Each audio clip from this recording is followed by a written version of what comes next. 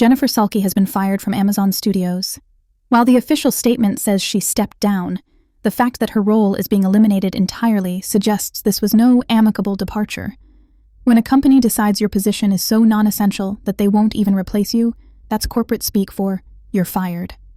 If you're enjoying this breakdown of Hollywood power shifts, make sure to hit that subscribe button for more media industry analysis. Looking at Salke's tenure at Amazon Studios since 2018, it's been a mixed bag at best.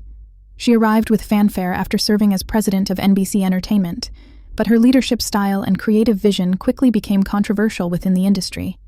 Under Salke's watch, Amazon made some enormous bets that didn't pay off. The most glaring example is The Lord of the Rings of Power, which cost a staggering $465 million for its first season alone, making it the most expensive television series ever produced. Despite this massive investment, the show received mixed reviews and failed to generate the cultural impact Amazon had hoped for. Then there's Citadel, the Russo brothers' spy thriller starring Priyanka Chopra Jonas and Richard Madden. With a budget exceeding $300 million after reshoots, it became Amazon's second most expensive series. Critics panned it, viewers largely ignored it, yet Salke greenlit a second season anyway. That decision has reportedly been reversed following her departure. Industry insiders suggest Salke's firing comes as Amazon is making significant strategic shifts in its entertainment division. The company recently announced plans to release 12 to 14 films theatrically in 2026 and is building out its own international distribution and marketing infrastructure. They've also invested heavily in acquiring MGM and the James Bond franchise, signaling a more traditional theatrical approach to complement their streaming strategy. This theatrical pivot may have exposed a fundamental mismatch between Salke's vision and Amazon's evolving priorities. While she excelled at attracting talent with lucrative deals, her track record of producing commercially successful content that resonated with broad audiences was spotty at best. One particularly telling incident occurred during a meeting about the James Bond franchise. According to reports, an Amazon employee under Salke's leadership questioned whether James Bond is a hero during a discussion about the iconic character's future.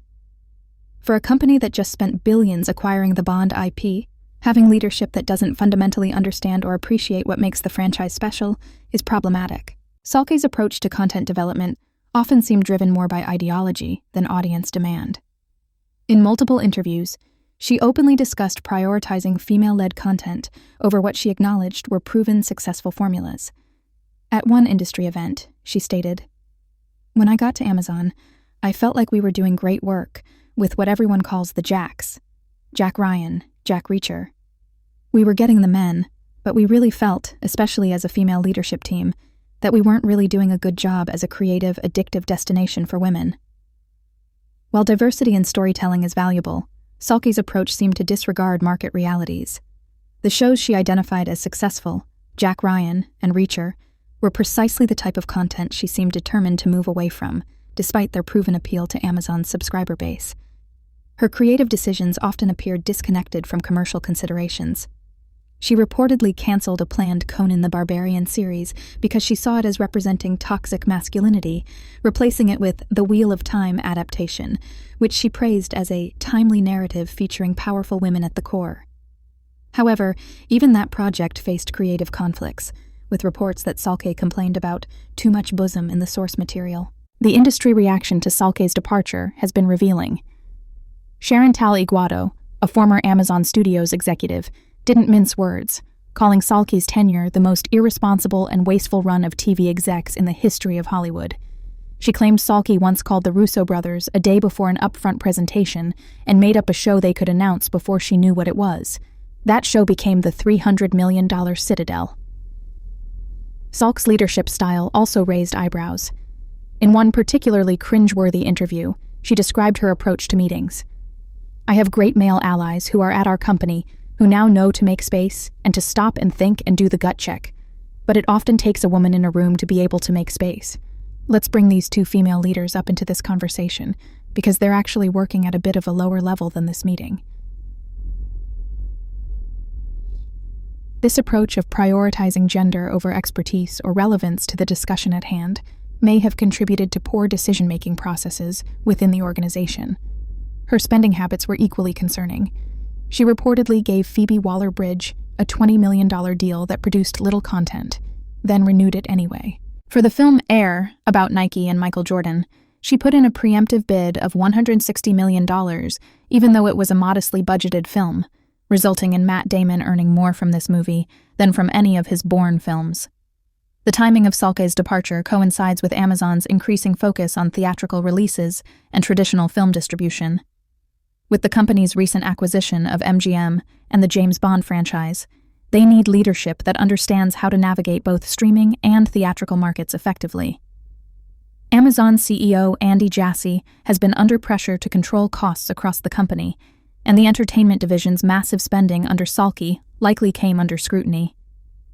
Reports suggest that Mike Hopkins, who oversees Amazon's video entertainment businesses, had already taken away Salke's greenlight power last year due to concerns about return on investment. In the official announcement, Amazon has indicated that Salke will be segueing comfortably into a new creative position with a first-look production deal. This face-saving exit is standard practice in Hollywood, but insiders suggest the decision to eliminate her position entirely speaks volumes about how the company viewed her contributions. Moving forward, Amazon's entertainment division will be restructured, with MGM Studios head Mike DeLuca and Pam Abdi taking on expanded roles. This suggests a shift toward more traditional Hollywood expertise, as Amazon balances its streaming ambitions with theatrical distribution. The Jennifer Salke story is ultimately about the dangers of prioritizing ideology over audience preferences in entertainment. While diversity in storytelling is important, ignoring market realities and audience demands is a recipe for expensive failures. Amazon seems to have finally recognized this, though it took billions in questionable spending to get there. For content creators and industry executives, there's a valuable lesson here. Understanding your audience and respecting the properties you're entrusted with matters more than imposing your personal vision, especially when that vision conflicts with what viewers actually want to watch.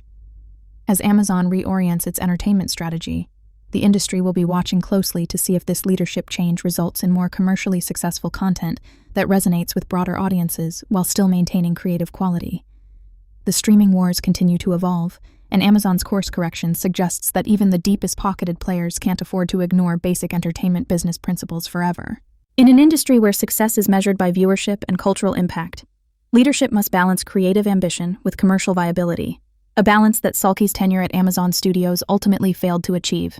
If you found this analysis helpful, don't forget to subscribe for more insights into the entertainment industry's biggest moves. Thanks for watching, and I'll see you in the next video.